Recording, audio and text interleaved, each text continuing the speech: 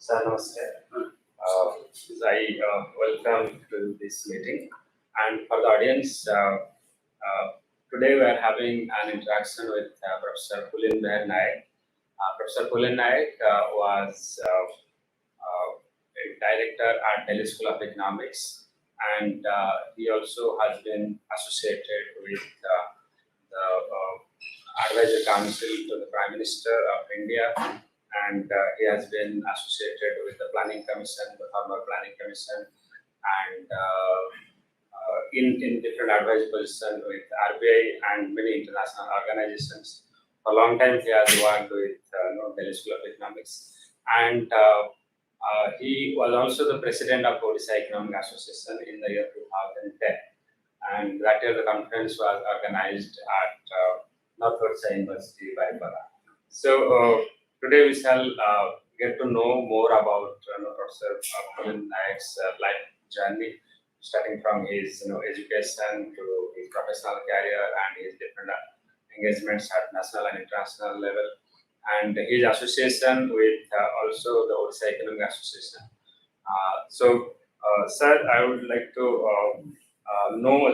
So we'll start with say your early education journey. You were born in Jakhni, Odisha, and so then how you started your education, and up to say from primary to your PhD. Can you please tell us about your education journey? Thank you, Amarendra. I was born actually in Jamshedpur. My parents were in Jamshedpur, as was my grandfather, who was serving in the disco. He was one of the first Odia people who joined the disco in the first decade of the 20th century, before 1910. My grandfather joined, I think, 1907. So I was born in Jamshedpur, but when I was about 2 to 3 years, the family shifted to Jakhni. That is the place where we are sitting right now for this interview.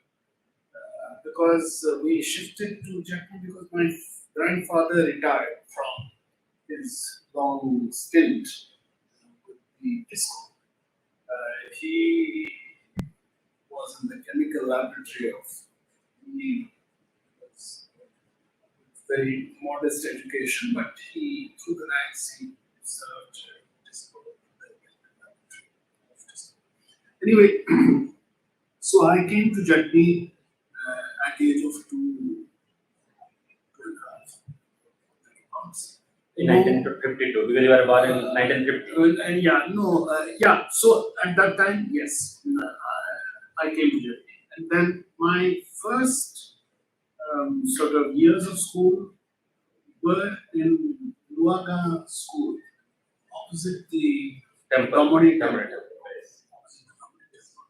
1 or 2 years I was there. And then my father, who is much like,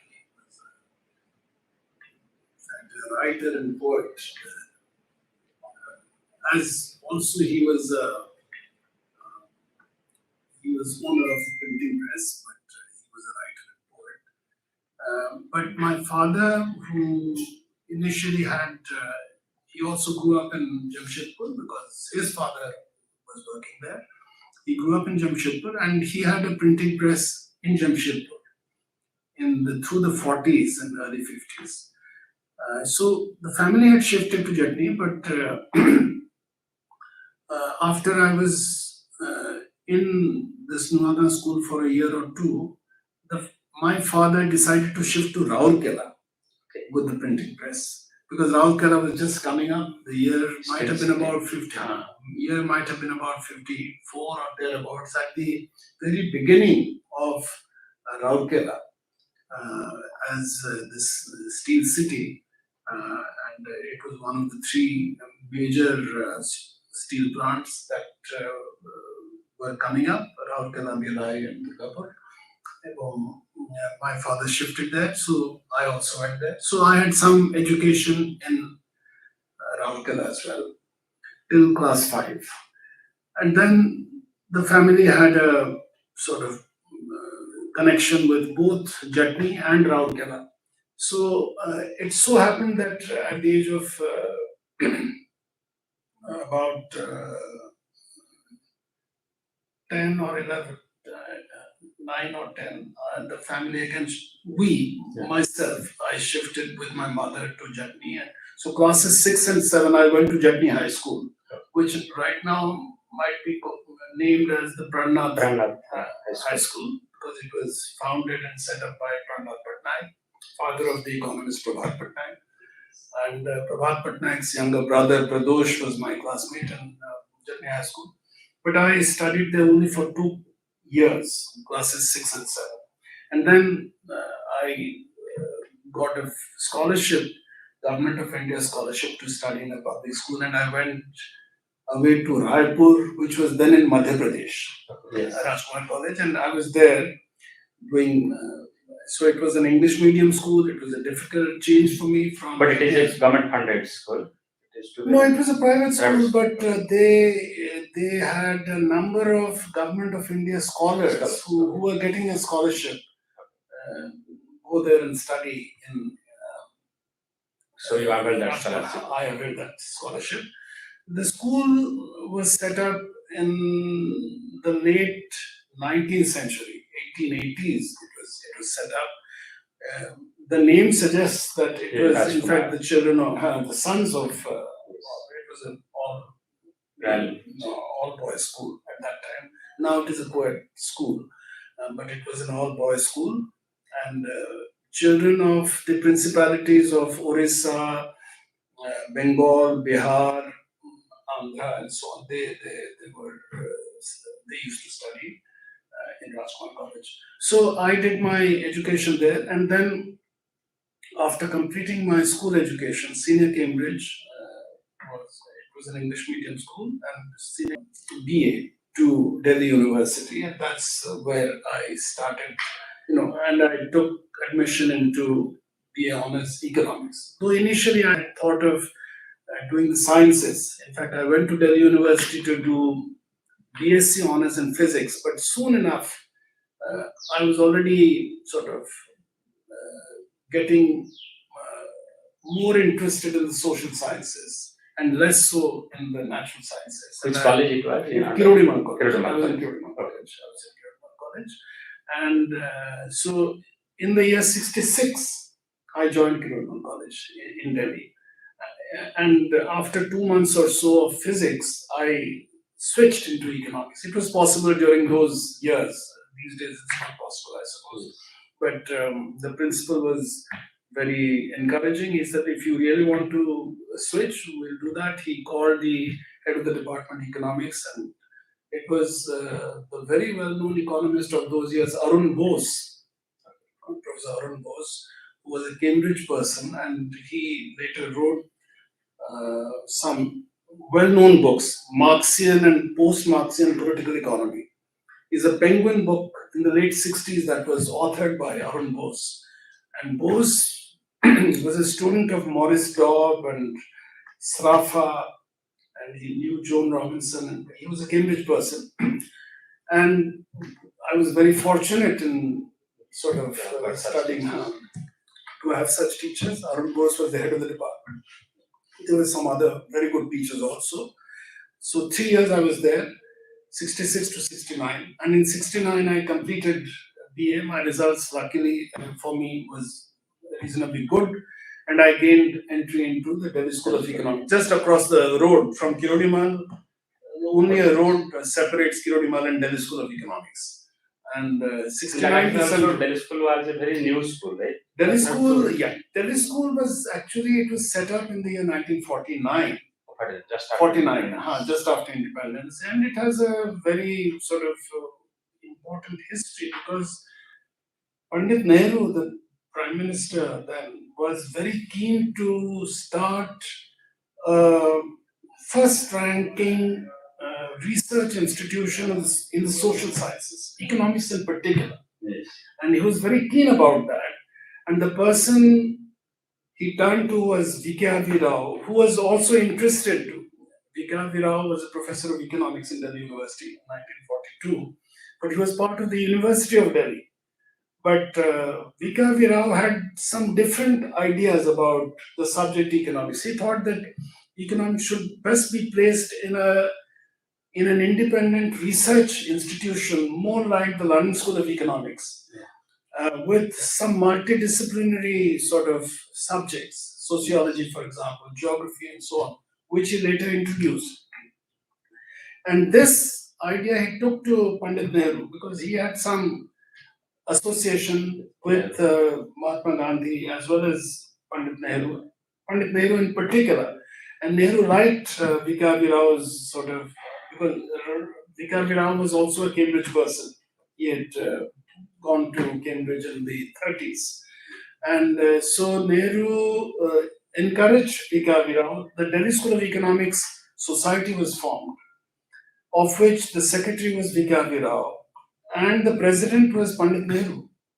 And this school came up in 1949, but it was operating from the University of Delhi's Arts Faculty building and so on. Finally, a new building was created and built in the year 1956. The present Delhi School building was built in 1950, completed in 1956, and Vikas Rao was the force collecting money from various corporate houses and so forth. For the construction. Yes, please. So, what factors motivated you from shifting from physics to economics? It's like this. While at school, I liked mathematics and physics. I must say, because the alternative subjects for a school senior was to study history, geography, and so which I liked. History I quite liked, but somehow my interest was in mathematics and physics, and I did those subjects, and then I thought in terms of continuing in physics or mathematics. But somehow my interest was turning. I was interested in literature, learning, reading books, novels, sometimes poetry also, English, Odia also. My father, being a writer, must have had something to do with, because there was a fair amount of literary talk in the house. Some of my father's friends were literary people, Radhamohan Nayak and so on. These were family sort of. So you had by choice, not by chance. Well, by choice. My interest was already shifting towards social sciences, and I was toying between political science, history, and economics, and somehow economics finally I decided to work for. So that's all. So, but to come back to Delhi school, so 69 to 71, those were very crucial years for me. I did my master's. Among my teachers, it may come as a surprise, but this is actually true. My teachers were Amartya Sen, Sukhmay Chakravarti, K.N. Raj, Arjun Sengupta, A.L. Nagar. I mean, it's a long list of the celebrated economists of the country. And during the 2 years I was there, Sen was there very much. He was a great traveler also. He joined in Delhi School in 63 as a professor. But he had some periods of absence. But during 69 to 71, during my years, he was there. He was there fully. And it so happens that in 71, Sen himself actually left Delhi School and joined the London School of Economics. And he left Indian academic institutions forever. 71. He joined in 63. The years I completed MA. The year I completed MA, 71. That is the year Amartya Sen joined left Delhi School of Economics, joined the London School of Economics. That also was the year. So happened that Sukhmay Chakravarti became a member of the Planning Commission. So a lot of his time was taken up to, advise the government on planning matters, on economic matters, and so forth. Though he continued to be a member of the Delhi School faculty, he continued to teach in Delhi School. So he never left the Delhi School. He died relatively young. He died. Sukhmay Chakravarti. He was not even 60. He had a heart condition and he passed away. But till the very end, he was a teacher. He was a professor at the Delhi School of Economics. So immediately after your MA, you joined the University of Rochester. Correct. Yes, So yes. that used to be the case that if you thought that you were reasonably keen about the subject, many of my seniors used to apply to universities abroad. Some used to remain at the Delhi school also. The scope and opportunity was there, but somehow I thought that I was advised by some of my seniors, why don't you apply to a few places? So I did apply to some places in UK and the US, and Rochester gave me a fellowship, and which was not a very generous thing, but it was okay. I was told that it would be fine, and it was fine. It was a fellowship which I got. So 2 years coursework and then PhD writing. And I must say, a lot of the coursework is a repetition of what we had done in Delhi school, because we were reasonably well trained Yeah, because as master students in syllabus was- micro, macro, and all these. I had to redo micro, macro, but I must say, I really enjoyed redoing micro and macro, and it built the foundations of the theoretical sort of nuances of microeconomics, as well as macroeconomics, and so forth. And I did So that. PhD coursework was for 2 years. Coursework was for 2 years, 71 to 73. And then within my 2 years, you was- dissertation writing for 2 years. Of course, that is a variable time period. I was lucky to have been able to finish in 2 years. Some people used to finish in 3 years, 4 years, some in 2 years also, and some possibly even in less than 2 years. There were some cases. I know of some. Yeah, we have heard like Prasanth Patnaik. Yes, Prasanta Babu, yes, he Yeah, finished before 2 did years. his PhD at the Delhi School of Economics, and yes, very much well within 4 years, Prasanta Babu finished. And of course, he was a stellar person as a PhD student. And, so yes, so I So your PhD thesis was essays in optimal taxation. essays in optimal taxation. So you were looking at some specific direct or indirect tax, or you looked at Specifically more direct taxes I was looking at. So those were the years in which there had been a lot of new research starting in 1971. A very well-known paper by James Merlis, who later got the Nobel Prize in economics. Now no more. James Merlis is no more, but he wrote a very important paper on optimal income taxation in the year 1971. So that was a paper that generated a lot of new literature, and people like Anthony Atkinson, Partha Dasgupta, and many others contributed to this particular area. So it was a reasonably good area to sort of go into, and I went into it, and I was able to do some amount of who was your PhD advisor? my PhD advisor was a person by the name Harold Schefren.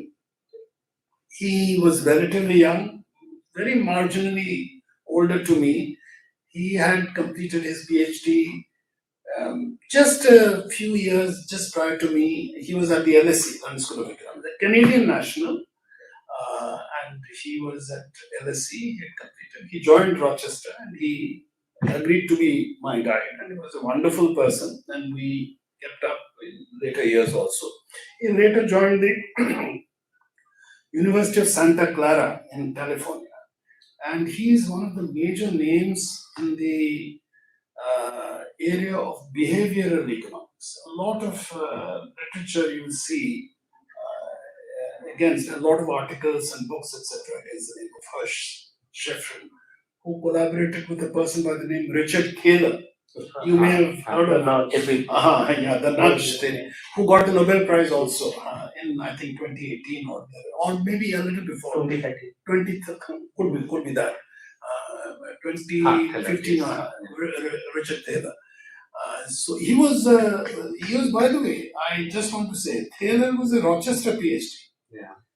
And this may come as a little bit of a sort of an interesting episode, let me say. And I'm not making it up because this appears in Richard Taylor's own book, which is a popular Penguin book, which I have with me. He writes about his own days in Rochester as being a relatively not a very top of the lot graduate student. We used to have about 25 to 30 graduate students in each batch. My batch had about 30 graduate students. But Richard Taylor was about 2 to 3 years my senior. and he writes of himself with a slight amount of self-deprecatory sort of air, because he thought that he was just a so-so graduate student. But in later years, he flowered into a very major sort of thinker within the area of microeconomics, and the subject of behavioral economics is largely sort of he has contributed, substantially to be a Nobel laureate. So he writes in this book where he mentions the departmental graduate student advisor in Rochester. He was also graduate student advisor to me also. He was the graduate student advisor. His name was Shevin Rosen. Shevin Rosen, the labor economist. And Rosen used to say that this Richard Taylor, what are we to do with him? I mean, he's not doing. But all of that was just sort of on the side, because Taylor slowly came out of Rochester. He did some pioneering work, even in Rochester, in how to value a life. This is a question that Richard Taylor, among others, posed and tried to answer. This is one of the original sort of Which we study as economic value of human life. economic value of human life, and you will see that among the earliest work is that of Richard Taylor. Okay. And the manner in which of course, he was doing it from the mainstream kind of neoclassical approach was there, is the income that a person may be expected to earn discounted to the present time and so on. So that kind of approach was adopted by, of course, with its technicalities and so forth. I'm just trying to simplify it. So this is what he did. But in later years, he did pioneering work in this behavioral economics. So yeah. So once you completed your PhD, you again continued for some time there in the USA. I continued for some time because my 4 years, when my 4 years were complete, because we start the academic year in say August, September. So in the September 75, 4 years were completed, because I joined in September 71. 4 years were complete, and I did not have any further financial assistance, you see. So there was a my PhD was to take another 2 to 3 months. Sheffield was nearly through with it, but I knew that but I was looking for a job, and University of Pittsburgh at the campus Bradford. They had some job openings. I went for an interview. They offered me a job, so I started teaching.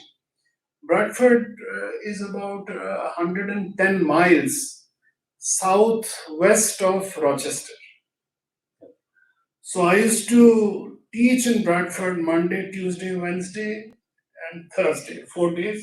And Thursday afternoon, I used to come to Rochester. And so Friday, I used to be 1 day in the week on campus in Rochester, because I still was trying to finish up my PhD. So in December 75, so 2 months after, I finished my PhD. And what did you teach for that brief period? In Bradford, it was in undergrad, mostly. I was teaching. It was an undergraduate campus. Yes. Their main campus is in the city of Pittsburgh itself. Yes. And they had some associated campuses. Now the Bradford campus, I'm told, has expanded. They have some master's level and even PhD level sort of instruction there. But at that time, it was only undergraduate. I enjoyed teaching principles of microeconomics, and I taught economic systems, I remember. And there was American boys and girls who were very young, straight from school. Straight from school, they were boisterous lot. Sir, nowadays you are too much mathematical oriented in broad sense, adopting neoclassical economics. So your visual is optimal taxation. Yes, it was kind of quantitative or both qualitative and quantitative. You have used any mathematical equation? Oh, it was very mathematical. It was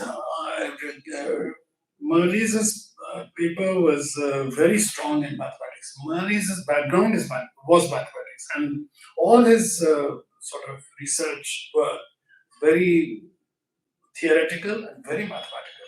So I regard myself as not being a very strong person in mathematical economics, but I had to learn the required mathematical techniques Yeah, because like Ramses rule, yes, yes, optimal taxes. yeah, all of that. It's full of requests. Yeah, and it's full of questions. Ramses, very popular. But I also want to say this: Rochester was one of these schools that was very strong in mathematical exams, very strong.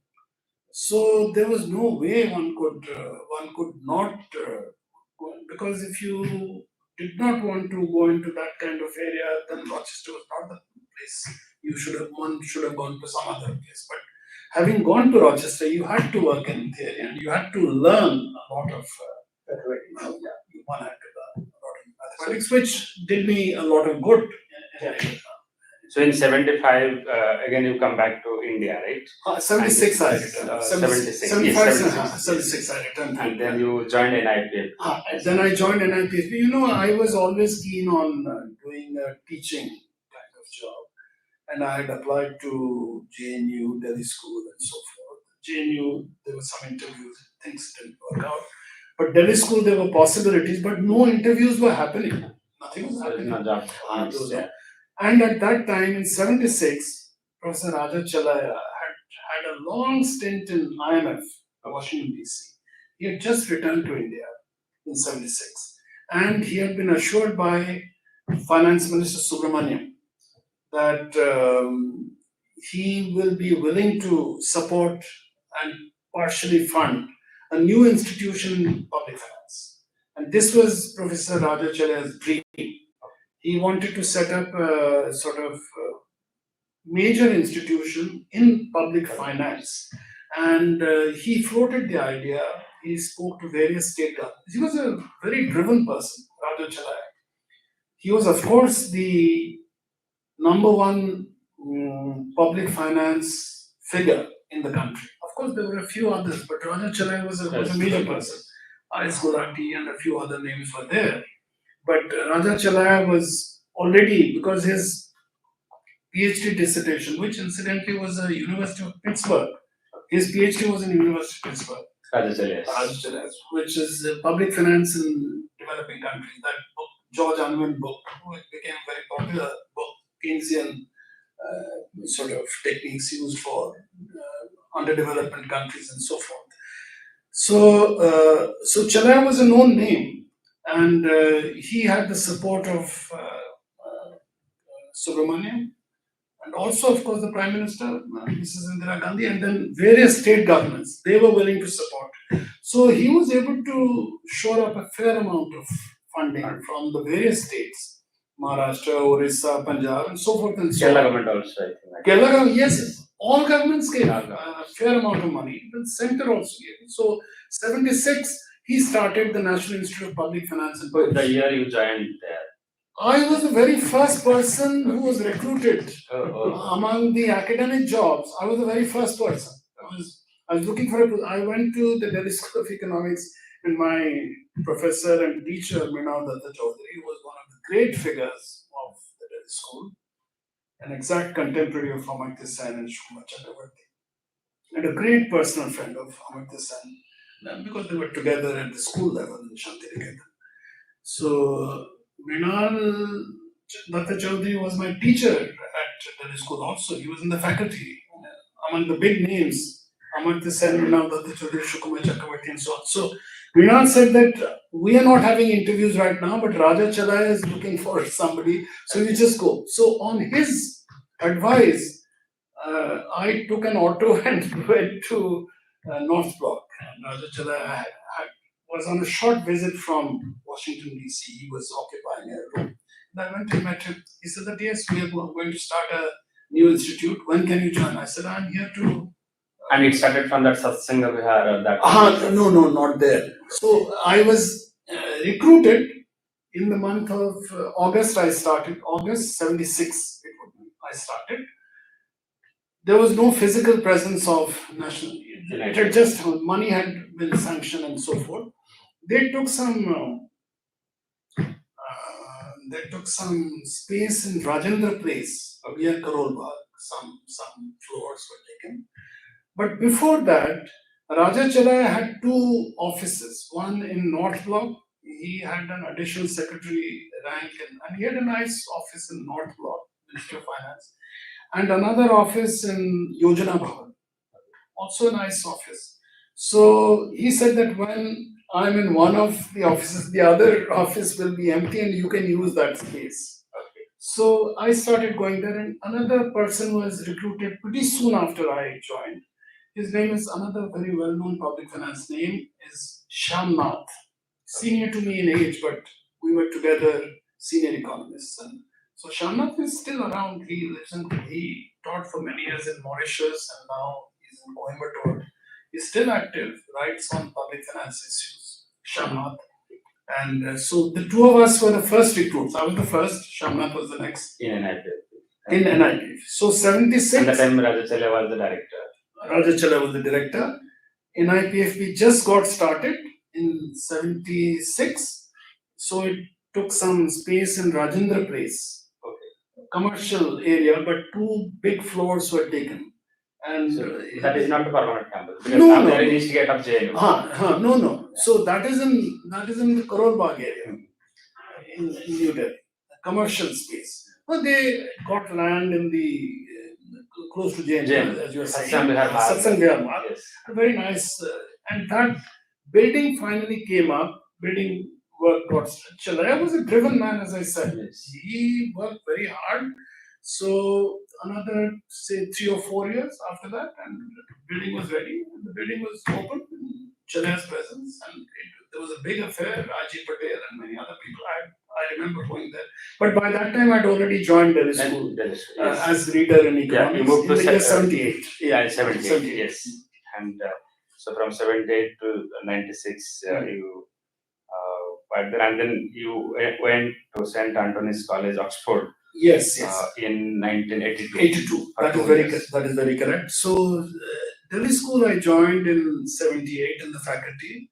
Delhi School in 78 was quite a different place from what it was in 69 when I joined, because in 78 many of the big names were not there. Amartya Sen was no longer there, and so forth. But it had some new names and faces.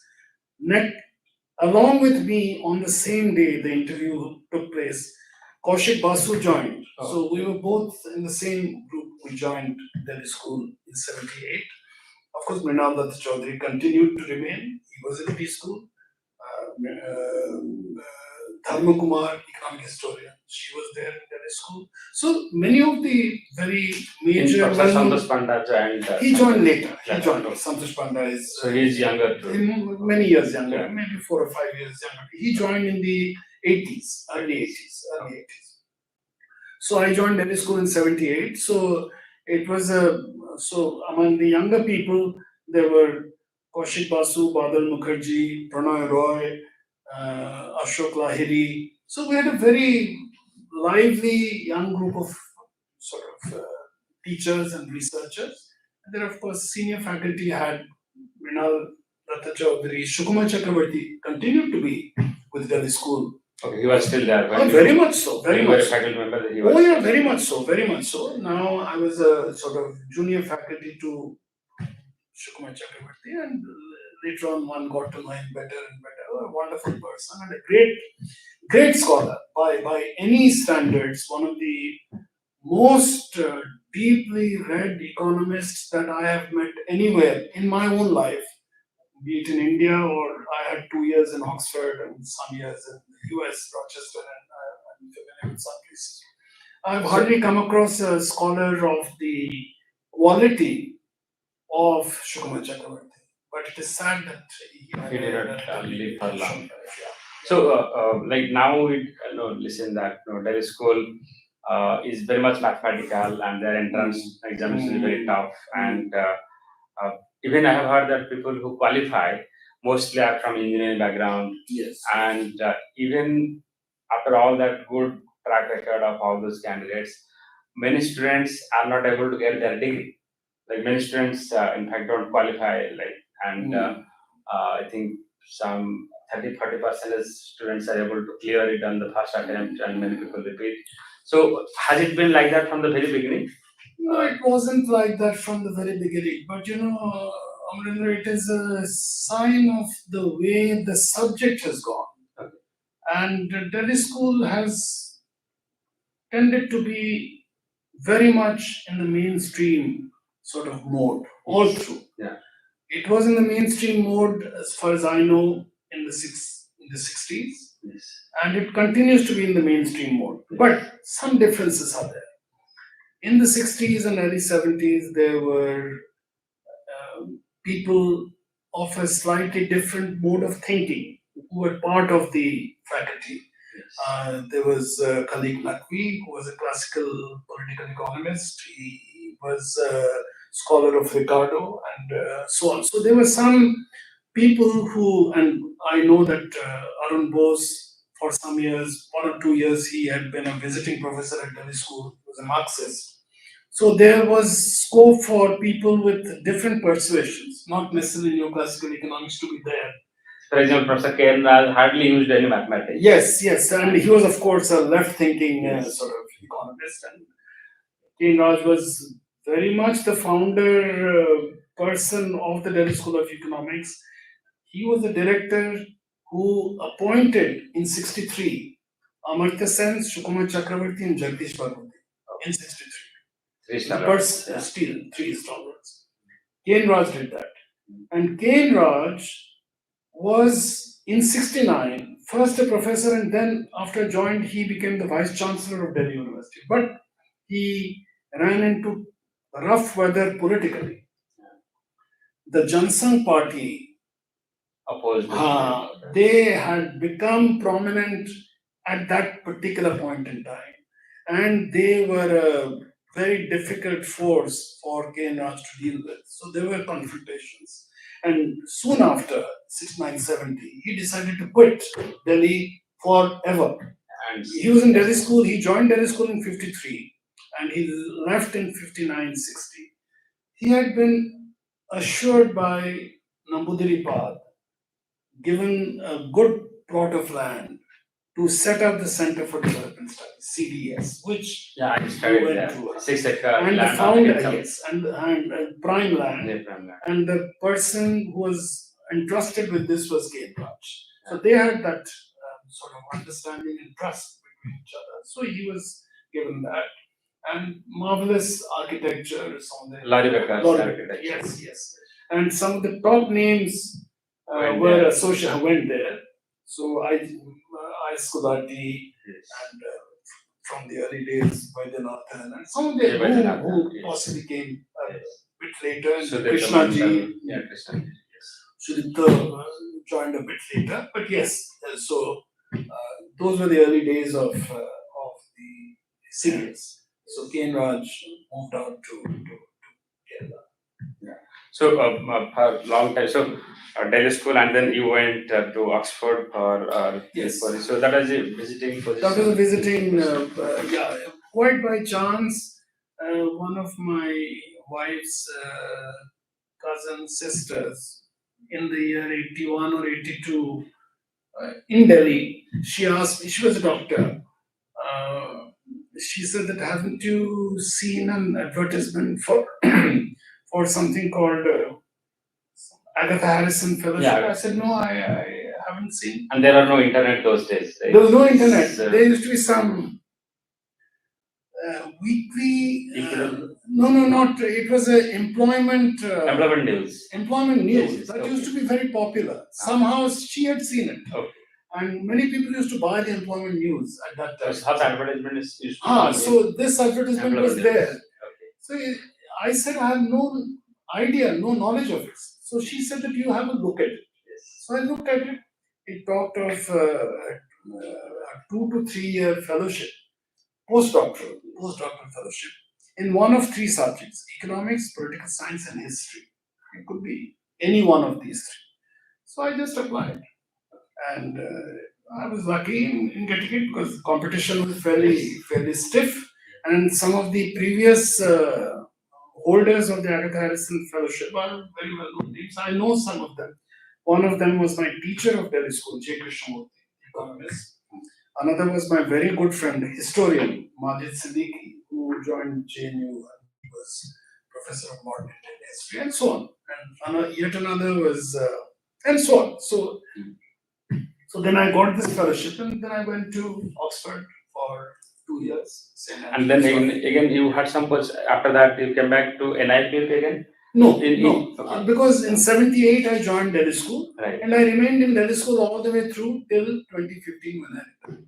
I have only. But you had some association with NIPF. Yeah, NIPF, yes. Yes. My association went on. Yeah.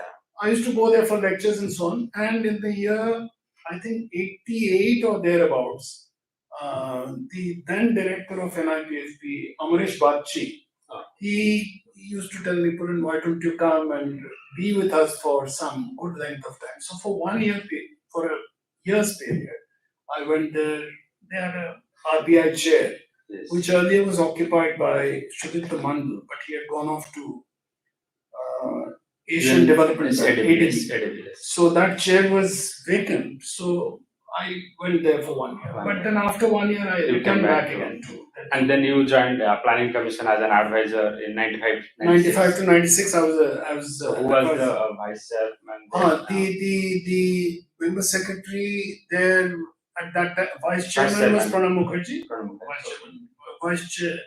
Yeah. So Gadgil Mukherjee formula came there. So Pranab Mukherjee was there, and the member secretary, the top administrative person, was my teacher Arjun Senugupta.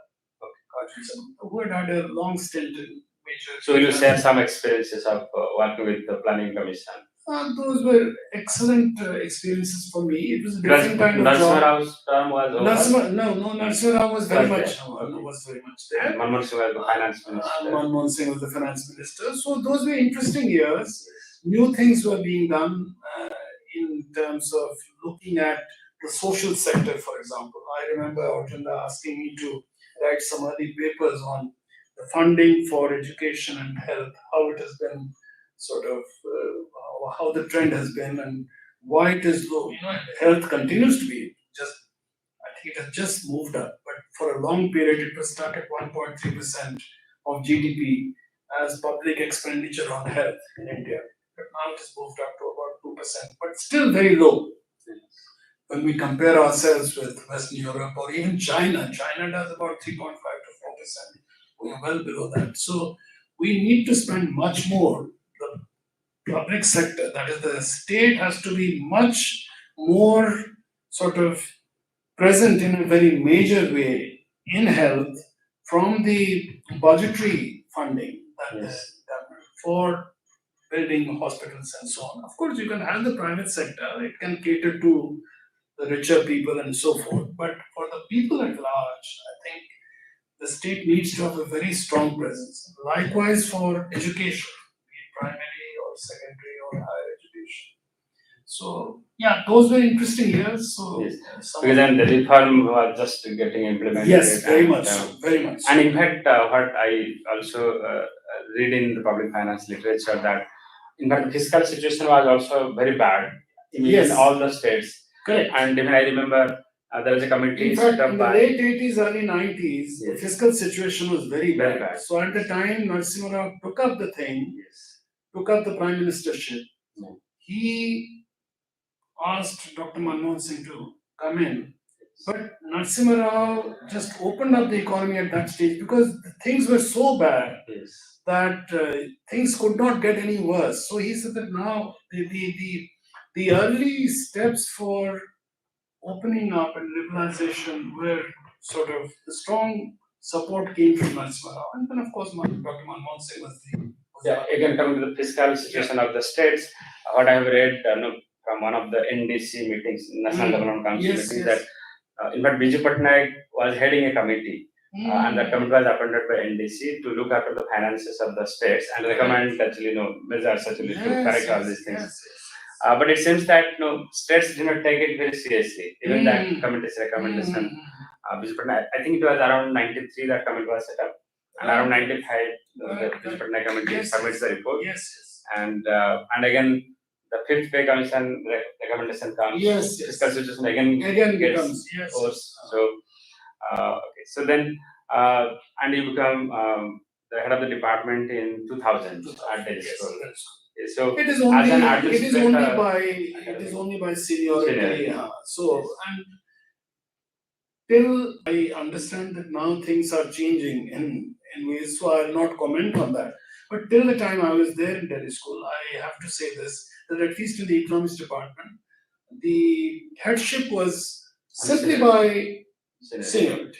So among the professors, the senior most. So my turn came in the year 2000. And as also, I think you were telling in a different meeting that Professor Raj introduced that it will be on rotation. Yes, basis. very much so, very much so. It is Dr. Kane Raj Yes. who introduced this concept. Rotation Because basis. in earlier years, there used to be some departments where the head of the department will be head of the department for 8, 10, 12, 15 years. And then Some other people will join after. then their attitude also becomes different. Yes, yes. And the way the research scholars or junior faculty members would meet them, that also would change typically when a person becomes a head for more than 5, 6, 7, 8 years and so on. Things become So this pattern is when followed in state university. Yes, now on rotation basis, within state university. I think most universities have now adopted the rotation rotation basis. rule, which I think is the right Is to go. fair.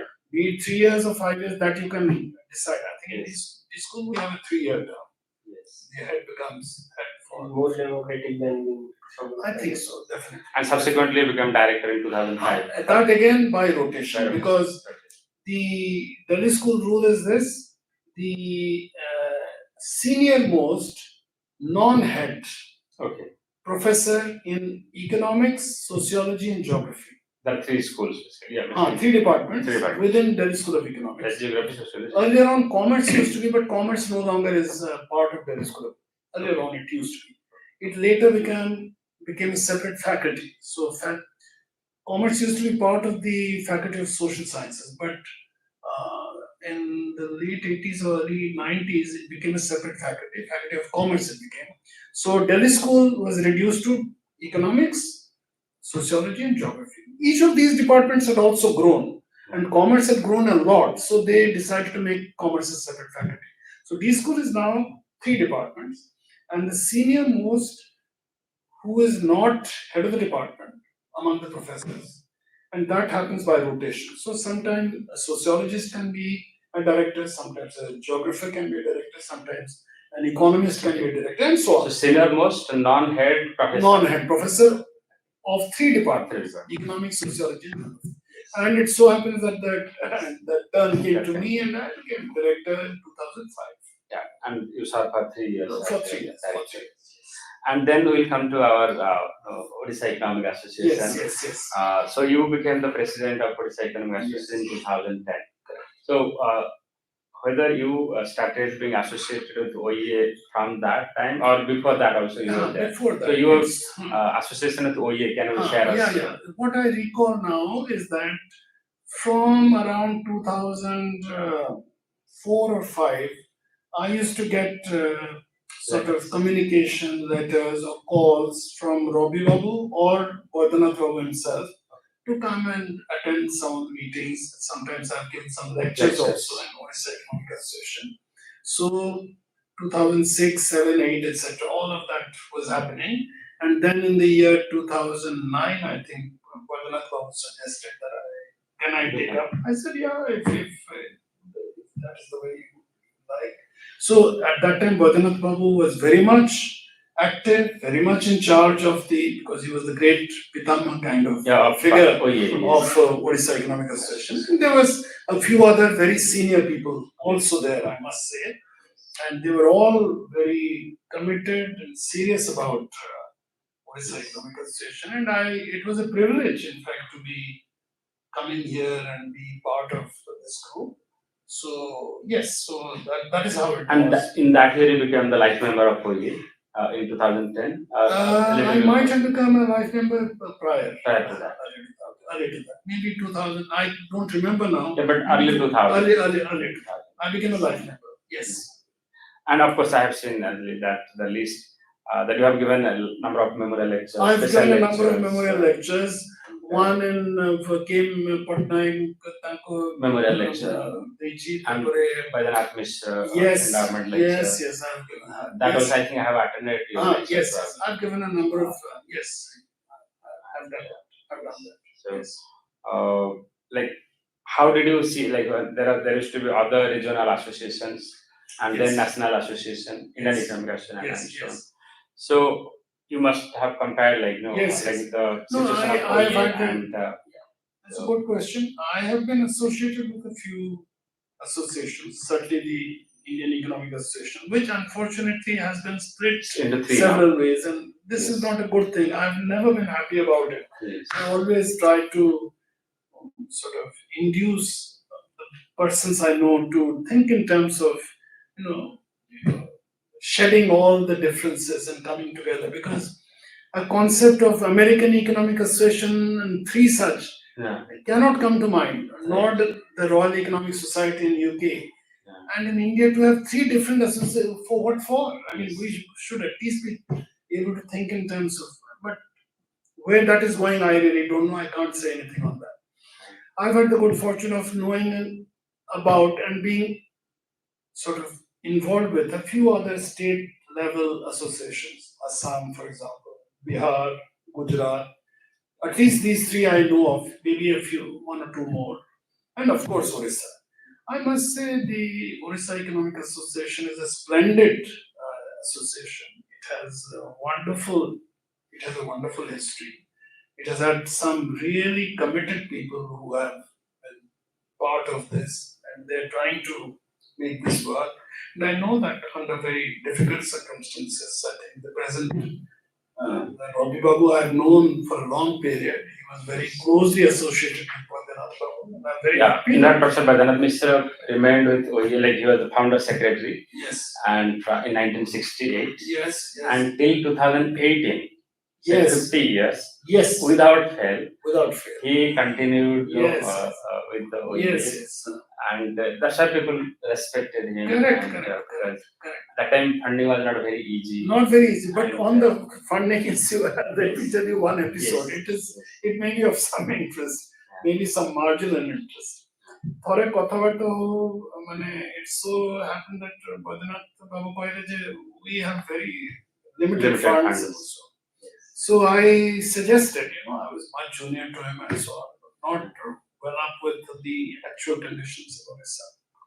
And I suggested that why not we make a request to Orissa government to give some annual funding. Yeah. He said that I may এটা বহুত thara করেছো কিন্তু don't হবনি succeed. সেটা ହେଇପାରିବ না। ମୁଁ କହିଲି you give me a chance, Yes. Let's then I wrote a letter. I think at that time Jugal Babu. Jugal Babu was Yes. in charge of finance. He was finance secretary probably. And then there was some discussion among the senior people in the government, finance officers and so forth. And suddenly one day, that letter did go from me to Joe. Suddenly one day, And he was a student of yours, right? Jugal Babu was not a student. Okay. I had not joined Joined. the school. So I joined the school after his. But he must term. have got the connection. There is Yes, no yes, connection. of course, So of course. that works. Of course, That's nice. yeah. And the Odisha government gave an assurance of 1 lakh every year. Yes. And at And that time- continues till now. That continues till now. And that 1 lakh was a very vital amount that helped the finances of and gave a stability to Yes. the Odisha Economic Association. Yes. So I know. I had Thank you that so small much. role, I Yes. think. And the year when you started funding? সেটা বোধহয় 2009 কি 2010 রে Around Something around that time. Yes. That started. So I thought that why not take another chance and let's see what happens. Yes. And it worked. Yes, and it continues. So we are really no grateful to you, sir, and also the role of It was, of course, Dr. Mahatma. a collective effort. Babu thile, Bodhinath Babu was very much there. We all thought that I will write it. So you have also seen, say, like American Economic Association and other international. Not, I have attended a meeting of the American Economic Association in the year 75, December. But then I have attended one more meeting in the years 83. So other than that, I have no personal association with. I've attended those meetings, and they are of course great events.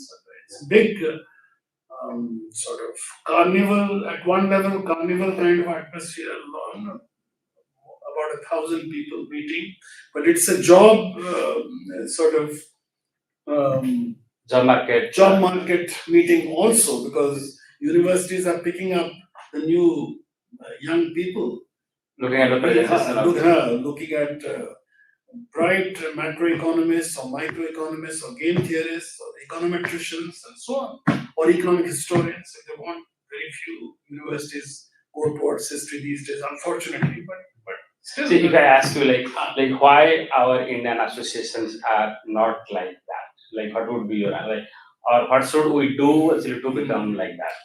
I think first and foremost, I feel that at the national level, we have to get together into a single. I don't know why that is not happening. No, now we have gotten to like 3 units, but then still, when we had also one association, Yes, it no, was still not comparable. it was not.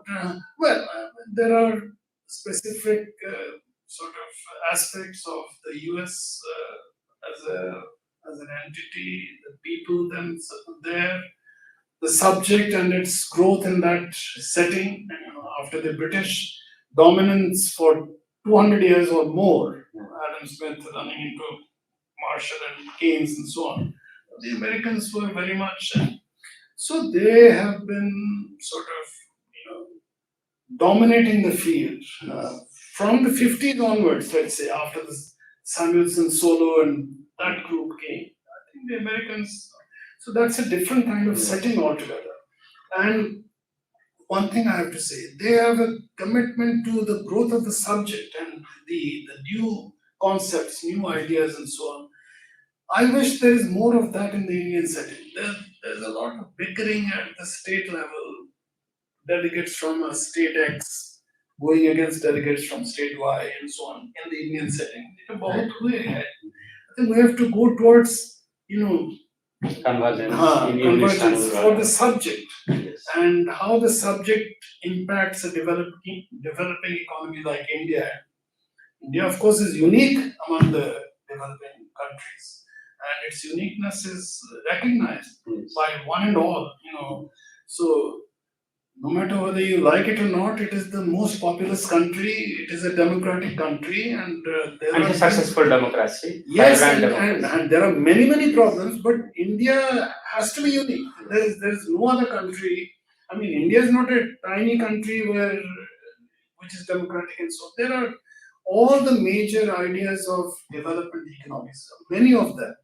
The acting geographic terrain was India, where all these ideas were actually worked out and so on. Of course, other countries too, but India has always been a very major. So maybe last 2 questions. So one would be like, you have seen the economics teaching, say, from your student days till date. Yes. So like, what kind of changes you witness, and will you recommend any correction in this part? Yeah. I think more or less things are going in the right way. The only thing I would say and I would recommend is that to adopt a more holistic approach to the subject. I think the subject is becoming too mathematical, too dry, and too linear in its approach. I think it needs to look at sort of the other disciplines like sociology, anthropology, history, and so forth, and combine it. Because I think the best economics is done when you look at the subject in a sort of political, sociological, and economic kind of format. And the greatest names looked at the subject in this way. These are the names of Adam Smith, Karl Marx, John Maynard Keynes. So they looked at all of these aspects in a very major way. And John Stuart Mill, so Joseph Schumpeter, of course, also, who Schumpeter emphasized the importance of sociology in addition to the importance of political science while looking at economic phenomena. So I think we need to do more of that. And towards that, say, universities not adopting subjects like history of economic thought or classical political economy is, I think, unfortunate. It's great to do mathematical economics, econometrics, time series, and so all of that, game theory, and so on. Do that along with economics. But along with this also should be there Yes. as a possible option. History of economic thoughts also ought to be learned by our young scholars. They And also unfortunately economic history. also economic history very much. Now, very much. I think in no college we have Yeah, this subject now. even in Delhi school, that was a compulsory subject for us. Yes. But right now, I don't know where exactly. I don't know the latest sort of course on yet in Delhi school. So I think these are some of my And thoughts. just adding to Sam's Yes, question, please. if you look at the present generations, I mean research in terms of research works, that most of the works dealing with proximate causes of any event happening in social sector or social science in broad. For example, if you are trying to understand climate crisis or inequality, now most of the works they are dealing, let's do a regression model and find out X, Y factors. Yes. But these are not linking to the theoretical underpinnings. The way you have written a recent paper in equilibrium, that you started from Adam Smith, then you talk about Schumpeter, then you talk about Keynes, then you talk about even Milton Friedman, Yes. then you talk about institutional perspective, then you talk about Amartya Sen, and you are linking the current crisis with capitalist order, the current crisis with Yes. market and state. But these kind of works are now you will find very rare. So in that sense, where is the fault? Whether the professor, those who are teaching to their scholars, they do not have an idea about the historical economic thoughts, or it is the dominance or the north global north which is imposing neoclassical economics in the syllabus and the education system, or it is the fault with the students, those who are not striving to get into this. It's a very good question and a deep one. I think partly definitely the faculty, because I must say the kind of committed sort of thought leaders who I had the good fortune of coming across. I have taken the name of Shukumar Chakravarti. And I can hardly think of a second person of that caliber. But they were there at that time. The current period is one where not only in India, this is also true of the US and UK setting. I'm currently right now reading a book by the name, it's a book by Skidelsky, Robert Skidelsky. And the title of the book is What is Wrong with Economics? It's a 2020 book.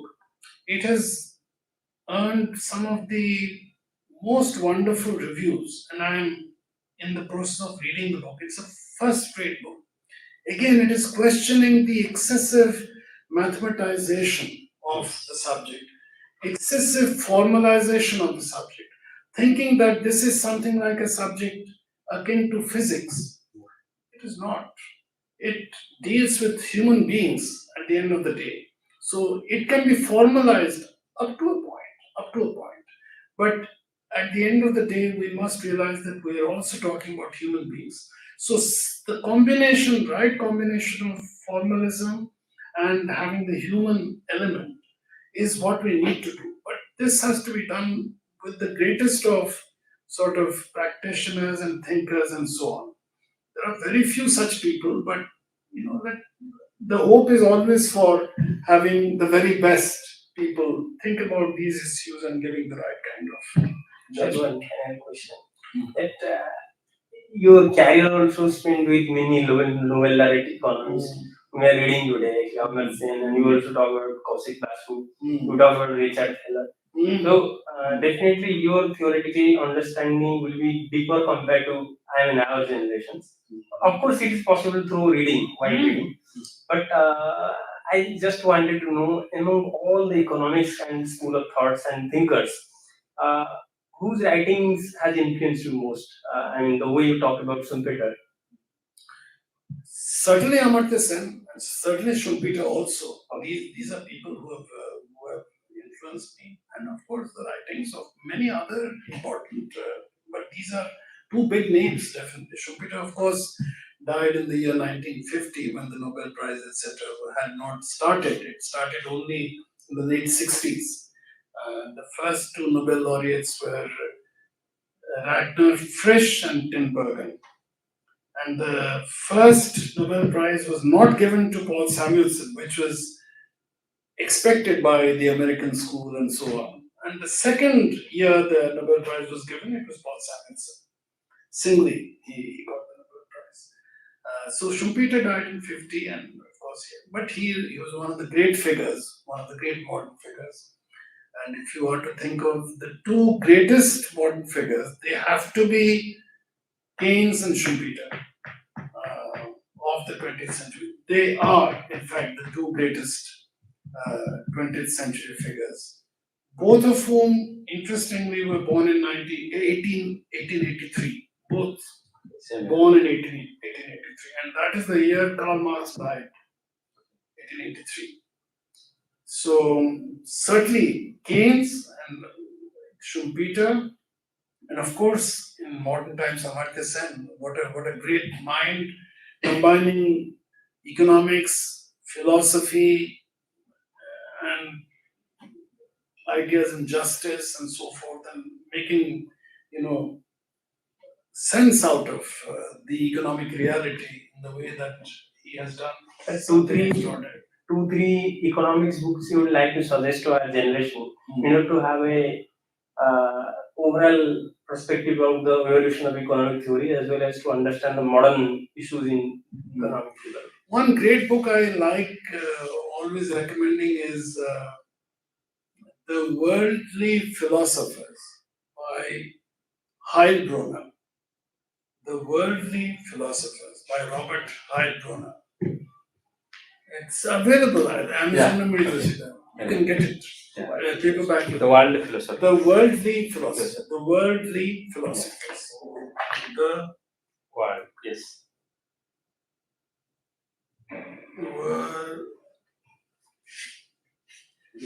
Worldly Philosopher. Robert Heilbronner. Another book I will suggest is Development is Freedom, Amartya Sen, 1998. Is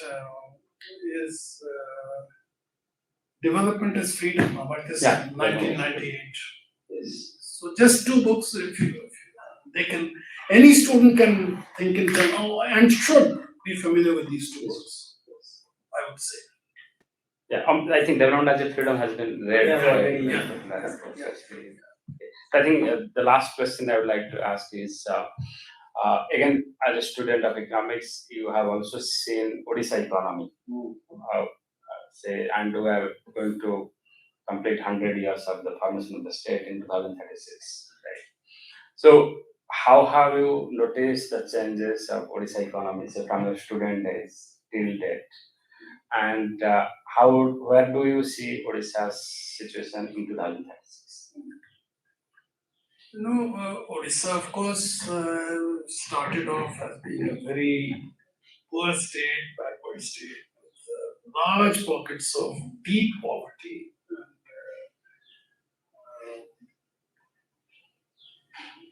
Gender imbalance also was part of it, but not as serious as states like Haryana, Punjab. Luckily, we are better off, even though much poorer, much better off. But having said that, I would say that in the last sort of quarter century, Odisha has done reasonably well. The bottommost sections of the population, I understand from even data, etc., things are better. The kind of deprivation that was the rule almost in the non-Durgutya 1866 hemorrhage. The loss of lives went into billions, went into millions. So, I think there's a greater degree of understanding, and social sciences, I think, with all their problems, I think there is some understanding that social sciences can play a role in making sure that sort of remedial measures and food availability and so on can be made available. So I think things are positive. Kintu, we have to see that in terms of the developmental path, a lot of the sort of surplus is being sort of taken care of by the top sections of the population, both from within Odisha and possibly in a greater way from people outside of Odisha. So there's a flushing out of funds there.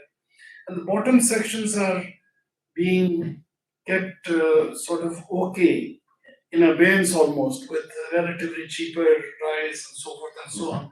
But certainly the bottom sections needs greater kind of opportunities. Unemployment is a serious problem.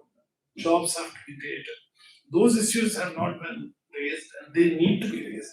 I think time is short, 2024, so there are just 12 years left. Yes. So we have a Just a task. decade in We between. have a task to sort of attend to, and so the hope is that we would be able to address some of these issues, and the subject economics is also able to give the right kind of suggestions and advice and policy prescriptions to the political masters. Thank you so much, sir, for spending so much of time with us and sharing your life journey with us. Thank you, sir.